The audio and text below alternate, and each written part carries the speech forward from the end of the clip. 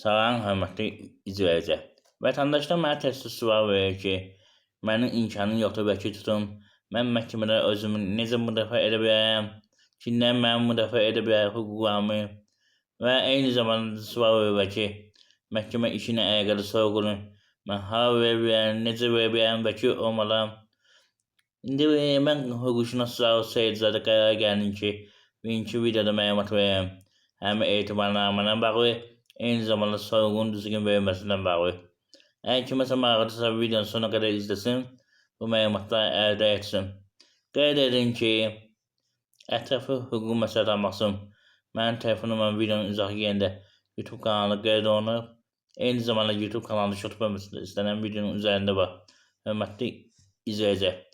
Mövzuya keçməmişdən əvvəl sizdən xahiş edirəm ki, videonu bəyənin, YouTube kanalına abunə olun ki, həmin insanlar hüquqi videolardan xəbər olsun, yəni hüquqi maariflənsinlər.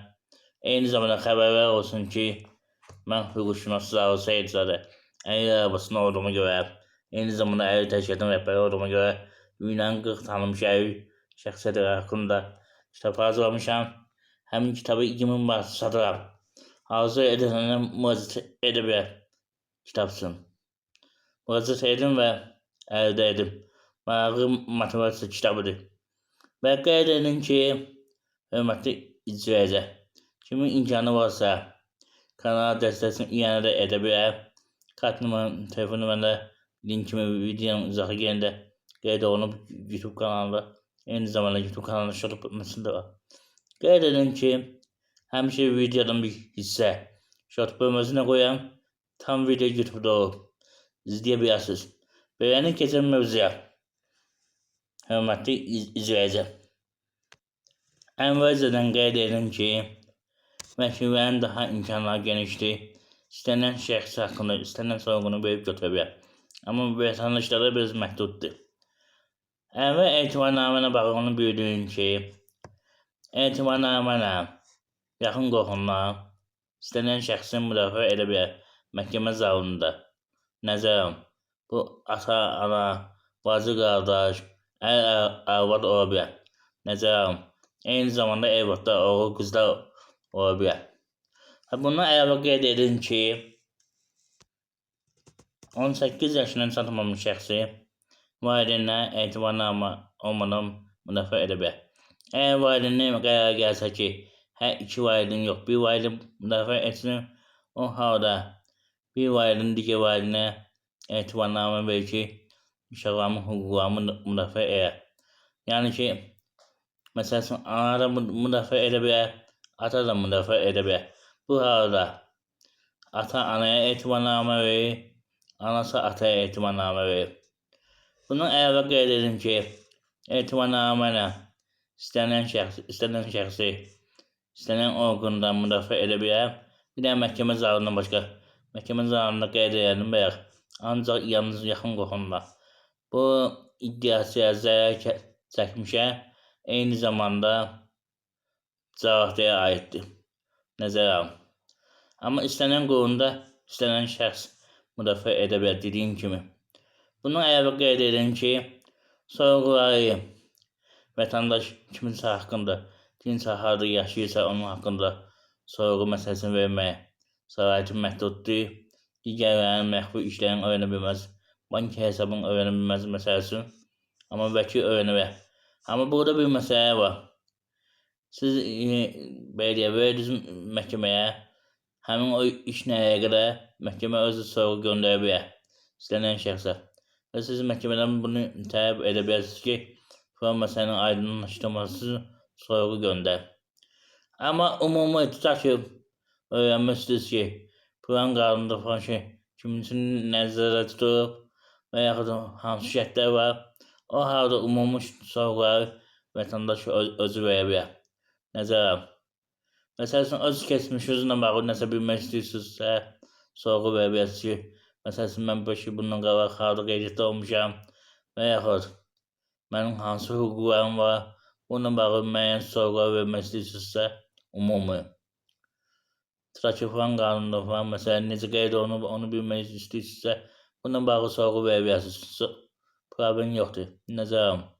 hörmətli izləyicilər.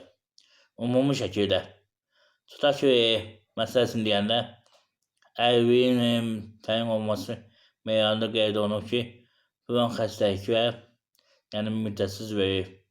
Bununla bağlı sorğu verə bilərsiniz ki, məsələn, həmin ərvin təyin olunması meyarı xəstəlik mənə şamil olunur və yaxud kimlərə şamil olunur.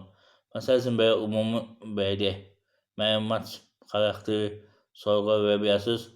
Eyni zamanda sizin məlumat almaq imkanınız var.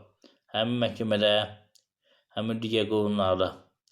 Amma o sizə aid. Çox güman ki, inzibati qurumlar aidiyyəti üzrə sizə məlumatlar verməyəcək. Gələn məhkəmədən kağız alarsınız ki, yəni iş məhkəmələridir. Ondan sonra istənilən məlumatlar ala bilərsiniz. Nəzərə alın. Əks halda, əgər istəmirsiniz ki, belə bir şeylər baş versin, onda vəkil tutmalısınız. Yəni, özünüz düşünün, fikirləşin sizə hansı variant səhv edir. Vəkil tutmaq yoxsa özünüz gedib bütün soruları verib cavab almaq bu halda. Nəzərə alın. Əsas məsələlərdən biri budur. Yəni ki, hər bir vətəndaş sorğu verib istədiyi məlumatı müxtəlif cümlələri düzgün qurmaqla almalıdır. Cümlələri düzgün qurmalısınız. Hörmətli izləyicilər. Əhməd filan yerdədir, Məmməd filan yerdədir, yox. Əsaslı bir şəkildə sorğu vermək lazımdır ki, məsələn, filan ünvanda kimlər qeydiyyatdadır və hansı sənəd əsasında.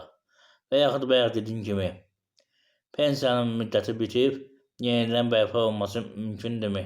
Belə bir sorğuya verə bilərsiniz, hörmətli izləyicilər, nəzərə alın. Əsas məsələlərdən biri də budur. Sonunda qeyd edin ki, daha dəqiq məlumat almaq üçün bayaq qeyd edin kimi, mənim telefon nömrəm videonun izahı yerində YouTube kanalına qeyd olunub. Eyni zamanda YouTube kanalı şutbamızda istənilən videonun üzərində var. Qeyd edin ki, YouTube kanalına abunə olan şəxslər üçün telefona uyğun məsləhətin verilməsi 10 manatdır. Bir də hörmətli izləyicilər, sizə bir sual vermək istəyirəm. Mən məsələn özüm ərvin şəxsi olduğuma görə, yəni telefona uyğun məsləhəti 10 manata verir. Sizcə neçə olmalıdır? Yəni vətəndaşlar səhv eləsin. Bir də fikirlərinizi yazın zəhmət olmasa. Diqqətli sağ olun, kanala abunə olmağı unutmayın, videonu bəyənin. Hal-hazırda bizim 5200 abunəmiz var. Bunu heç olmasa 6000-ə çatdıraq, hörmətli izləyicilər, zəhmət olmasa. Dediyim kimi abunə olun. Diqqətli sağ olun, hörmətli izləyicilər. Gələn videoda görüşək inşallah.